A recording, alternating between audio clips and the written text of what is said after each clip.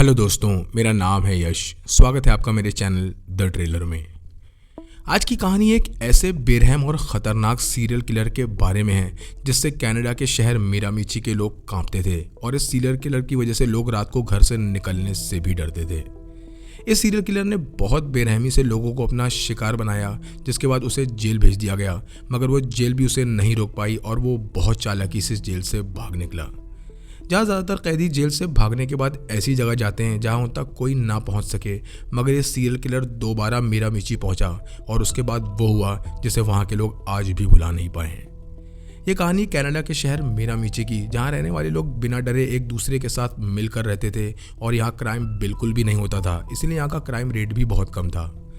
ये जगह इतनी सेफ थी कि यहाँ लोग अपने घरों के दरवाजे तक लॉक नहीं करते थे, मगर सन 1989 में कुछ ऐसा हुआ कि ये शहर हमेशा के लिए बदल गया। अब यहाँ के लोग एक ऐसे आदमी के डर के साए में रहने लगे जिसे वो देख नहीं पा रहे थे, क्योंकि ये कभी भी कहीं भी और किसी पर भी हमला कर देता था। मिरामिची के लोग इस शख्स को शैतान बुलाते थे, क्योंकि वो लोगों को बहुत बेरहमी से मारता था, जिसकी वजह से वहाँ रहने वाले हर शख्स ने गन खरीद ली थी और अब लोग अपने दरवाज़ों और खिड़कियों को बंद करके सोने लगे। लगभग 7 महीनों तक ये सीरियल किलर शहर के लोगों को मारता रहा और पुलिस का कहना था कि लोगों को मारने के बाद वो सुबह होने से पहले ही जंगलों में गायब हो जाता। ऐसा लग रहा था पुलिस किसी भूत को पकड़ने की कोशिश कर रही थी, मगर इस भूत का एक नाम था और वो था एलन जोसेफ लेजर। यूके का सबसे मोस्ट वांटेड क्रिमिनल बनने से पहले एलन भी एक नॉर्मल बच्चा था, मगर उसकी ज़िंदगी उतनी ही एबनॉर्मल थी, क्योंकि उसका बचपन गरीबी, मारपीट और खामोशी के बीच गुजरा था। कहा जाता है कि शैतान बनाए नहीं जाते बल्कि पैदा होते हैं, मगर एलन के केस में ऐसा नहीं था, क्योंकि उसके हालातों ने ही उसे शैतान बनाया था। एलन का जन्म सन 1948 में एक छोटे से शहर ब्रंसविक में हुआ, जो मिरामिची शहर की नदी से लगा हुआ था। बहुत छोटा शहर होने की वजह से यहाँ काम बहुत कम था, जिसकी वजह से यहाँ के लोग गरीबी से जूझ रहे थे और बहुत मुश्किल से अपना गुजर बसर करते थे। इसी गरीबी की मार एलन का परिवार भी झेल रहा था और उसकी माँ लुइस अकेले अपने 4 बच्चों को पाल रही थी। चूँकि एलन का बाप नहीं था, इसीलिए उसकी माँ अपना घर चलाने के लिए सेक्स वर्कर का काम करती थी और उसके कस्टमर्स में से ही एक एलन का बाप था, जो बाद में भाग गया। बाप के ना होने की वजह से एलन को ना तो सही गाइडेंस मिला और ना ही सेफ्टी, और वो अपनी माँ को रोज़ घर पर अलग अलग आदमियों के साथ देखता, जिसका उसकी सोच और उसके दिमाग पर बहुत बुरा असर पड़ा। यहीं से उसके दिलो दिमाग में कुछ ऐसी चीज़ें पनपने लगीं जिसने आगे चलकर एक शैतान का रूप ले लिया, और जो लोग उसे जानते थे उनकी एलन के बारे में 2 अलग अलग राय थी। कुछ लोगों का कहना था कि एलन एक ब्राइट और इंटेलिजेंट बच्चा है और वो एक आर्टिस्ट बन सकता है। वहीं कुछ लोगों का ये कहना था कि वो एक सनकी है जो कभी भी किसी से भी लड़ लेता है। एलन को लोगों पर कंट्रोल करना अच्छा लगता था और उसकी दिमागी हालत दिन ब दिन इतनी ज़्यादा ख़राब होती जा रही थी कि जिस रूम में वो अपनी बहन के साथ रहता था, वहीं छुपकर वो उसे कपड़े बदलते देखने लगा। उसके स्कूल टीचर्स का कहना था कि एलन एक गुस्सैल और डिस्ट्रैक्टेड स्टूडेंट है और अपना कंट्रोल बनाने के लिए वो आए दिन दूसरे बच्चों से लड़ाई कर लेता है। इसी दौरान कुछ ऐसा हुआ जिसने एलन के दिमाग पर एक गहरा जख्म छोड़ दिया और वो हमेशा के लिए बदल गया। उसके बड़े भाई को घर के पास के एक ब्रिज पर तब मार दिया गया जब वो अपने घर वापस लौट रहा था, और उसके फ्यूनरल के दौरान एलन की माँ ने कहा कि काश उसकी जगह तू मर जाता, और ये बात एलन के दिल में तीर की तरह चुभ गई। अब वो हर वक्त एक ऐसा जख्म लिए चल रहा था जो आगे चलकर नासूर बन गया, और उसका दुनिया को लेकर सिर्फ एक ही नज़रिया था कि इस दुनिया ने उसे बहुत दुख दिए हैं और यही दुख वो दुनिया को वापस देगा। अब जैसे जैसे वो बड़ा होता गया, लोग उसे एक चोर और क्रिमिनल के तौर पर जानने लगे जो अपने से कमज़ोर लोगों को चोट पहुंचाता था। अब वो जिम भी जाने लगा ताकि वो बॉडी बना सके और लोग उसे एक ताकतवर शख्स के तौर पर देखें और उससे डरे। एलन अब इतना ख़तरनाक हो चुका था कि शहर की सड़कों पर अब वो बिना शर्ट के घूमता और लोग उससे इतना डरने लगे कि कोई भी उसकी तरफ नज़र उठाकर नहीं देखता। साइकोलॉजिस्ट का कहना था कि एलन की बॉडी लैंग्वेज के हिसाब से वो ये सब कुछ अपनी बेइज्जती का बदला लेने के लिए कर रहा था, और वो दुनिया को ये दिखाना चाहता था कि वो कमज़ोर और नाकारा नहीं है जैसा उसकी माँ उसे समझती थी। वो अब बिना डरे रात के अंधेरे में लोगों के घर में घुस जाता जब सभी सो रहे होते, और फिर वहाँ से छोटा मोटा सामान चुरा कर निकल जाता। वो ये सब कुछ पैसों के लिए नहीं कर रहा था, बल्कि वो लोगों को अपनी मौजूदगी का एहसास कराना चाहता था, और धीरे धीरे अब वो एक ऐसे शख्स में बदलने लगा जो पूरे मिरामिची में तबाही मचाने वाला था। 30 साल का होते होते वो पुलिस के लिए एक जाना माना नाम बन चुका था, मगर पुलिस और आसपास रहने वाले लोगों को इस बात का अंदाज़ा भी नहीं था कि वो क्या क्या कर सकता है। छोटी मोटी चोरियों से शुरू हुआ यह सफ़र एक बहुत खतरनाक मोड़ लेने वाला था और मौत कई लोगों के दरवाजे पर दस्तक देने वाली थी। 21 जून सन 1986 की शाम एलन ने एक ऐसी लकीर पार कर दी जहां से फिर वो कभी वापस नहीं लौटा। इस शहर में जॉन और मैरी नाम का एक बूढ़ा कपल एक कन्वीनियंस स्टोर चलाता था जो अपनी अच्छाई और लोगों से अच्छी तरह पेश आने के लिए जाने जाते थे। ये बूढ़ा कपल हर किसी पर बहुत आसानी से भरोसा कर लेता था और इस रात उनका यह भरोसा टूटने वाला था। इस रात सारी लाइट्स ऑफ करके वो अपना स्टोर बंद कर ही रहे थे कि तभी एलन अपने दो साथियों टॉड और स्कॉट के साथ स्टोर के अंदर घुस जाता है। हालांकि एलन इस चोरी को जल्दी अंजाम देकर वहां से निकलना चाहता था, मगर जब इस बूढ़े कपल से उनका सामना हुआ तब चीजें पूरी तरह से बदल गईं। बूढ़े कपल को देखते ही एलन और उसके साथियों ने हैवानियत का वो खेल शुरू किया जिसने पुलिस के भी रोंगटे खड़े कर दिए। स्टोर के मालिक जॉन को इतनी बुरी तरह मारा गया था कि वो खड़ा भी नहीं हो पा रहा था और मैरी को बेरहमी से घसीटकर मारा गया और सेक्सुअली असॉल्ट भी किया गया। इस बेरहमी से एलन सबको एक ही मैसेज देना चाहता था कि उनका भरोसा अच्छाई पर से उठ जाए और लोगों को ये समझ आए कि लोग अच्छाई का सिर्फ दिखावा करते हैं। इस जुर्म को अंजाम देने के बाद एलन और उसके साथी अंधेरे में गायब हो गए और जॉन की मौके पर ही मौत हो गई, जबकि मैरी खून में लथपथ थी मगर उसकी सांसें अभी भी चल रही थी। धीरे धीरे रेंगते हुए वो किसी तरह टेलीफोन तक पहुंची और उसने पुलिस को कॉल कर दिया। यह खबर मिलते ही पुलिस फौरन मौके पर पहुंच गई और वो जैसे स्टोर के अंदर घुसे उनके सामने तबाही का वो मंजर था जिसे देख उनकी रूह कांप गई। इसी दौरान एक ऑफिसर की नज़र मैरी पर पड़ती है और यह पुलिस के लिए एक बहुत बड़ा सबूत था क्योंकि वही इस पूरी वारदात की चश्मदीद गवाह थी। मैरी की गवाही की बिना पर पुलिस ने अपनी छानबीन शुरू कर दी और महज कुछ ही दिनों के अंदर ये तीनों सस्पेक्ट पुलिस की गिरफ्त में थे। पुलिस ने जब सख्ती से तीनों से पूछताछ की तब टॉड ने इन मर्डर्स और उन तीनों के इसमें शामिल होने की बात को कबूल कर लिया और साथ ही साथ मर्डर में इस्तेमाल हुए हथियार भी बरामद कर लिए गए। इन सबूतों और मैरी की गवाही की बिना पर यह साबित हो गया कि एलन इस पूरी वारदात का मास्टरमाइंड है और उसी के कहने पर यह सब हुआ है। कोर्ट में अपनी गवाही देते हुए मैरी ने बताया कि उसके हस्बैंड जॉन को कितनी बेरहमी से मारा गया और मरते मरते भी वो उसे बचाने की कोशिश कर रहा था। बहरहाल सारे सबूत और सारे गवाही सुनने के बाद जज ने एलन को उम्र कैद की सज़ा सुनाई, मगर उसके चेहरे पर ना ही कोई पछतावा था और ना ही कोई परेशानी। जहां उम्र कैद के बाद लोगों के लिए ज़िंदगी ख़त्म हो जाती है, मगर एलन के लिए एक नई शुरुआत थी और यहाँ से ये कहानी और भी ख़तरनाक मोड़ ले लेती है। जेल जाने के बाद सबको ये लग रहा था कि दूसरे कैदियों को उससे ख़तरा होगा, मगर हैरानी की बात यह थी कि जेल में वो बिल्कुल अलग इंसान बन गया। अब वो हर रूल को फॉलो करने लगा और कभी किसी गार्ड या दूसरे कैदी को परेशान नहीं किया, मगर इस अच्छाई के पीछे वो एक बहुत ख़तरनाक प्लानिंग कर रहा था। अब वो हर गार्ड पर बहुत बारीकी से नज़र रखने लगा कि उनका स्केड्यूल क्या होता है, गार्ड्स की ड्यूटी कितने बजे चेंज होती है और पूरे जेल का सिस्टम किस तरह काम करता है। वो किसी भी तरह जेल से भागने का रास्ता ढूंढना चाहता था और मई सन 1989 में आखिर उसे वो मौका मिल ही जाता है। इस जेल में वो पिछले 3 सालों से था और लगातार अपनी प्लानिंग और रिहर्सल कर रहा था ताकि सही वक्त आने पर वो यहाँ से भाग सके। जिस जेल में एलन को रखा गया था वो एटलांटिक इंस्टीट्यूशन जेल थी जो रेनिस कॉर्विल में थी और यहाँ की दीवारें इतनी ऊंची थीं कि किसी भी कैदी का यहाँ से भागना नामुमकिन था, मगर इसके बावजूद भी जेल एलन को नहीं रोक पाई। अपने प्लान की शुरुआत करते हुए एलन गार्ड से शिकायत करने लगा कि उसके कान में इन्फेक्शन हो गया है जिसकी वजह से उसे बहुत दर्द रहने लगा है। वो अब एक बीमार कैदी का नाटक करने लगा जिसकी तबीयत अक्सर ख़राब रहने लगी और इसी वजह से जेल का मेडिकल स्टाफ उसे ड्यूमोंट रीजनल हॉस्पिटल भेजने की तैयारी करने लगता है ताकि वहाँ उसका ट्रीटमेंट हो सके।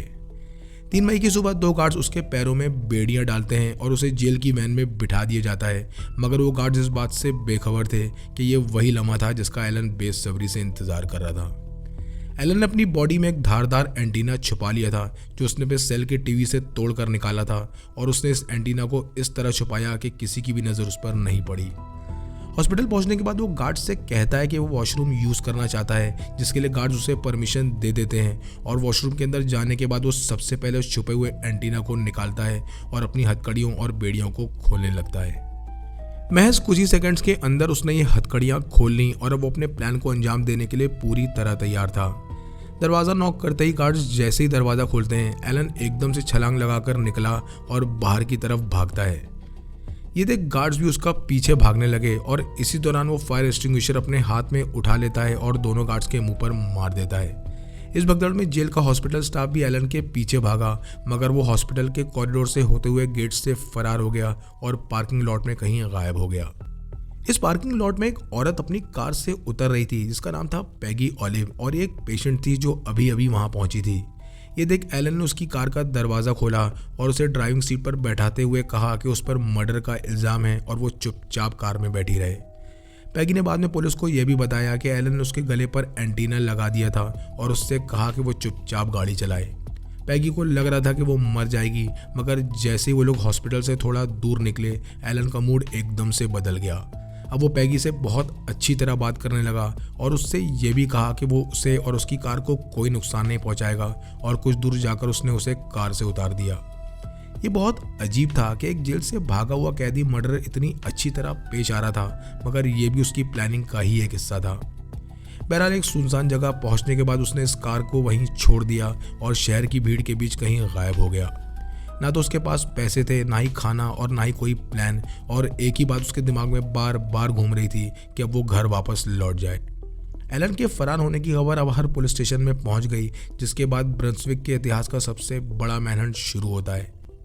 रात होते होते शहर से बाहर जाने वाले हर रास्ते पर नाकाबंदी लगा दी गई, मगर तब तक बहुत देर हो चुकी थी और वो वापस मिरामिची की तरफ निकल चुका था। आने वाले कुछ महीने अब मिरामिची के लोगों पर कयामत बनकर गुजरने वाले थे, और एलन ने सोच लिया था कि मिरामिची के लोगों को वो अपना नाम कभी भूलने नहीं देगा। एलन के जेल से भागने के बाद ज़्यादातर लोग यही सोच रहे थे कि वो कहीं दूर भाग जाएगा, मगर ये किसी ने भी नहीं सोचा था कि वो दोबारा मिरामिची ही लौट आएगा जहाँ से वो पकड़ा गया था। मई सन 1989 आते आते पूरे मिरामिची में खबरें फैलने लगी कि उनके घरों में रात को कोई घुस आता है और पास के जंगलों से उन्हें कुछ अजीब सी आवाज़ें भी आती हैं। बहरहाल 29 मई की रात को मिरामिची के घर में बहुत भयानक आग लग जाती है, और इस घर में 75 साल की एक बूढ़ी औरत रहती थी जिसका नाम था एनी, और वो पूरी तरह जल चुकी थी। आग को देखकर पड़ोसी मदद के लिए भागे, मगर तब तक बहुत देर हो चुकी थी और आग ने पूरे घर को अपनी चपेट में ले लिया था। एनी की बहन नीना किसी तरह वहां से भाग निकली, मगर उसकी बॉडी भी बुरी तरह झुलस गई थी और बहुत बुरी हालत में उसे हॉस्पिटल में एडमिट कराया गया।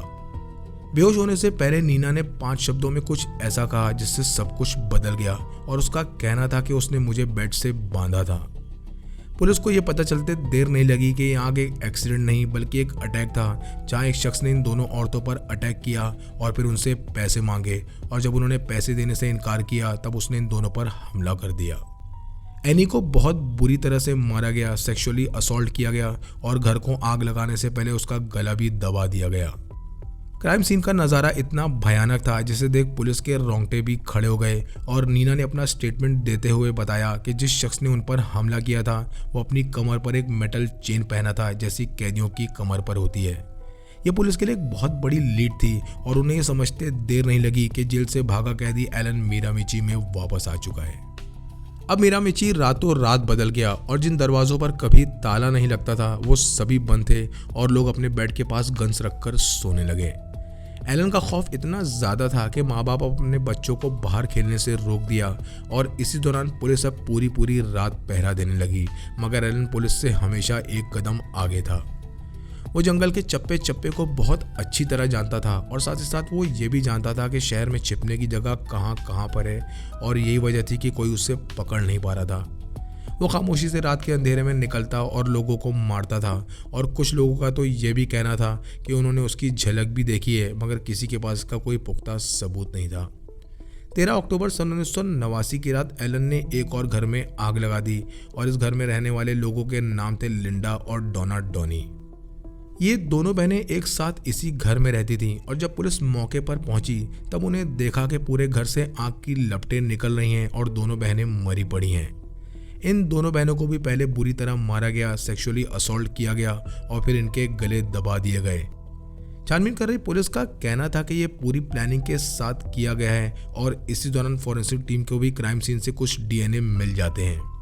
आखिरकार जिसका डर था वही हुआ, और डीएनए सैंपल्स एलन के डीएनए से मैच हो गए, जिसके बाद मिरामिची के लोगों के बीच हड़कंप मच गया। यह खबर हर जगह आग की तरह फैलने लगी, और अब अलग अलग लोग अलग अलग कहानी सुना रहे थे। कुछ लोगों का कहना था कि उन्होंने एलन को रात में नदी के पास चलते देखा है, तो कुछ लोगों ने यह भी बताया कि उन्होंने अपने घर की खिड़की के बाहर उसकी आवाज़ सुनी है। मिरामिची में लोग अपनी दुकानें अब जल्दी बंद करने लगे, और रात होते होते पूरी सड़कों पर सन्नाटा छा जाता। पुलिस के पास आए दिन अब डरे हुए लोगों के कॉल्स आ रहे थे और एलन अब महज एक भागा हुआ कैदी नहीं था, बल्कि वो मिरामिची के लोगों के लिए डर का दूसरा नाम बन चुका था। 16 नवंबर सन 1989 की रात एलन ने वो किया जो किसी ने सोचा भी नहीं था, और मिरामिची के लोगों की आखिरी उम्मीद तब खत्म हो गई जब एलन ने चर्च के फादर जेम्स स्मिथ को अपना निशाना बनाया। फादर स्मिथ जब प्रेयर्स के लिए सुबह चर्च नहीं पहुंचे, तब उसी रात कुछ लोग उन्हें देखने उनके घर पहुंचे और जो नज़ारा उनके सामने था उसे देख उनके होश उड़ गए। वो लोग देखते हैं कि फादर स्मिथ की डेड बॉडी उन्हीं के घर में पड़ी है और उनकी गर्दन को छुरी से काटा गया है, सीने को बीच से खोला गया है और उनका जबड़ा टूटा हुआ है। यह अटैक बहुत ही बेरहमी और दरिंदगी के साथ किया गया था, और यह अटैक सिर्फ फादर पर नहीं बल्कि पूरी कैथोलिक कम्युनिटी की आस्था पर किया गया था। डर के मारे अब मिरामिची के लोग अलग अलग शिफ्ट्स में सोने लगे और कुछ लोग तो ये शहर छोड़कर ही भाग गए। पुलिस का भी कहना था जैसे वो किसी परछाई को पकड़ने की कोशिश कर रहे हैं और एलन उन्हें बिना कुछ कहे हर बार चैलेंज कर रहा है। लगभग 7 महीनों तक उसने पूरे मिरामिची को अपने आतंक से कंट्रोल में रखा था और अपने क्राइम को अंजाम देकर वो खामोशी से गायब हो जाता। वो कहते हैं ना कि हर मुजरिम एक दिन अपने बुरे कर्मों से थक जाता है और कोई गलती कर बैठता है, और एलन से भी एक गलती होने वाली थी। नवंबर आते आते मिरामिची में अब तक 10 से ज़्यादा लोग मारे जा चुके थे और पुलिस को इस बात का ज़रा भी अंदाज़ा नहीं था कि एलन कहाँ छुपा हुआ है। हालांकि पुलिस ने खबर देने वाले को $50,000 इनाम देने का ऐलान भी किया, मगर कई लोगों से मिली टिप के बावजूद भी वो एलन तक नहीं पहुँच पा रहे थे। 23 नवंबर सन 1989 की रात एलन फिर से एक हमला करता है, मगर इस बारी हमला उसने भागने के लिए किया था। वो एक टैक्सी को गन पॉइंट पर हाईजैक कर लेता है और टैक्सी ड्राइवर ग्रोंक से कहता है कि वो उसे मॉन्कटन लेकर चले, जो ब्रंसविक में बसा एक दूसरा शहर था। टैक्सी चलाने के दौरान ग्रोंक अपना कंट्रोल खो देता है और टैक्सी टकरा जाती है, जिसके बाद एलन हाथ दिखाकर एक और कार को रोक लेता है। इस कार को मिशेल मर्सर नाम की एक औरत चला रही थी और ये एक कांस्टेबल थी जो अपनी ड्यूटी खत्म करके अपने घर वापस लौट रही थी। बहरहाल एलन ग्रोंक और मिशेल दोनों को बंदी बना लेता है और मिशेल से कहता है कि वो चुपचाप कार चलाती रहे। कुछ देर कार चलाने के बाद मिशेल पेट्रोल भराने के लिए पेट्रोल पंप पर रुकती है और यहाँ ग्रोंक और मिशेल चालाकी से भाग जाते हैं और अलार्म बजा देते हैं। ये देख एलन घबरा जाता है और वहाँ से भाग निकलता है, मगर इसी दौरान वो एक और ट्रांसपोर्ट ट्रक को हाईजैक कर लेता है और उसके ड्राइवर ब्रायन से कहता है कि वो उसे मॉन्कटन लेकर चले। अब तक मिशेल इस बात की खबर अपने डिपार्टमेंट RCMP को दे देती है और RCMP के लोग जगह जगह नाकाबंदी लगाकर रास्ते बंद कर देते हैं। 24 नवंबर की सुबह आखिरकार पुलिस के हाथ वो ट्रक लग जाता है जिसमें एलन बैठा था, और जब उसने खुद को चारों तरफ से घिरे हुए देखा तब वो चुपचाप सरेंडर कर देता है। आखिरकार वो दोबारा पुलिस के हाथ लग चुका था और ब्रंसविक के इतिहास का सबसे बड़ा मैनहंट खत्म हो गया। अपनी पहली सज़ा काटने के दौरान उसे शायद बेल मिल भी सकती थी, मगर चूंकि वो जेल से भागा था इसीलिए उसे अपनी पूरी जिंदगी जेल में ही बितानी थी और ये तय था।